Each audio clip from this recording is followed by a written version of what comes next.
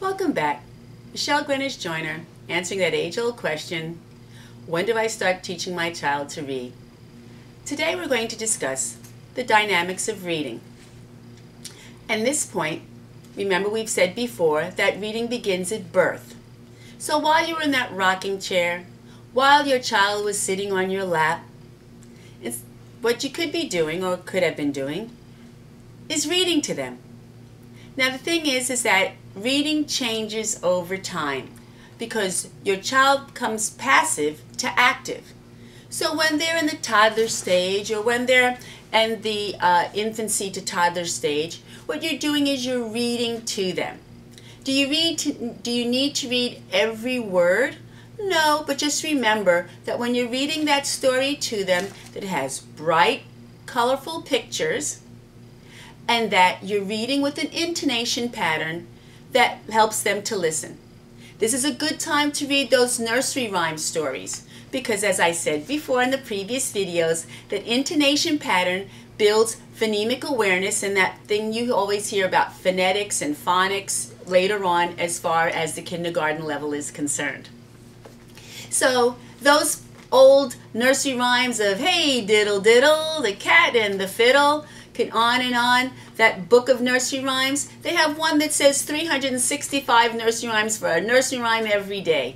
Many books are out there. So when your child is during that, in that age, as far as infancy to toddlerdom, then what you want to do is really use that intonation pattern, have bright pictures, and have that nursery rhyme thing going on. Because what that does is that builds listening, that builds auditory discrimination between sounds, sound discrimination, phonemic awareness, paying attention, so many things. And remember, they're sitting on your lap, or as they get a little older, sitting next to you. So that's one thing you can do. Also, when they're in the high chair and you are fixing dinner, what you could be doing is reading the recipe book. Now, you're sitting there and you're saying, oh, and you read the recipe and they're on the floor with their pots and pans. You could say, oh, add the sugar. Did you add the sugar?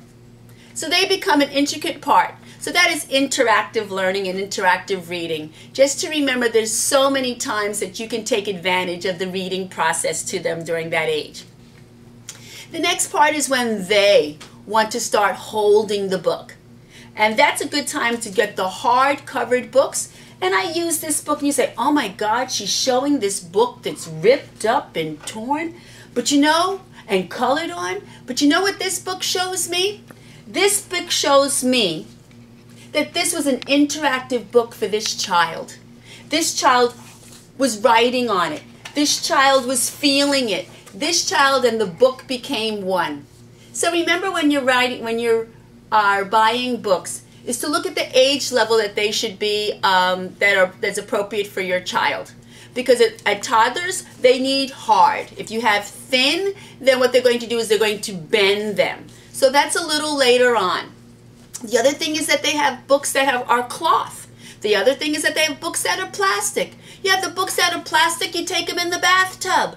And they're able to play and wish-wash as you bathe them in the bathtub, and you can have another learning experience or reading experience in the bathtub. Remember my daily routines that I always say that you can make the most of it as far as building those reading skills. So again, going to the bathtub with a plastic book is perfect for them, not to worry about it getting wet.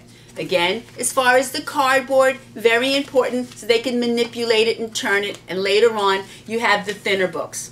One thing that I recommend, not this particular one, is a picture dictionary.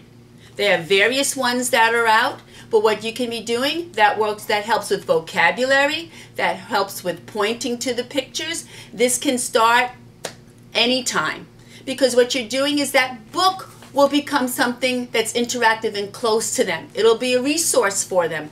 Oh, I can go to my dictionary. So that's always important to have a picture dictionary around. The other thing is that this is going to take a few episodes, so I'm just going to start initially with getting the idea.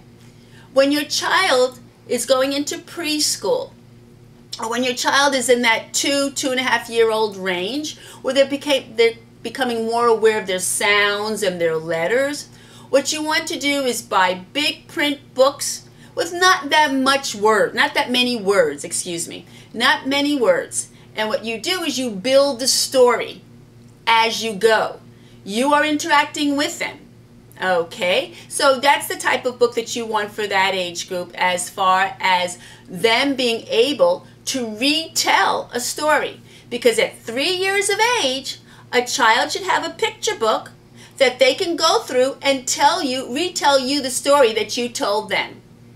We will discuss this later, but just getting your mind to think, oh my gosh, how much language does a child, or vocabulary, does a child have to have by 3 years of age if he's able to retell that small cardboard book?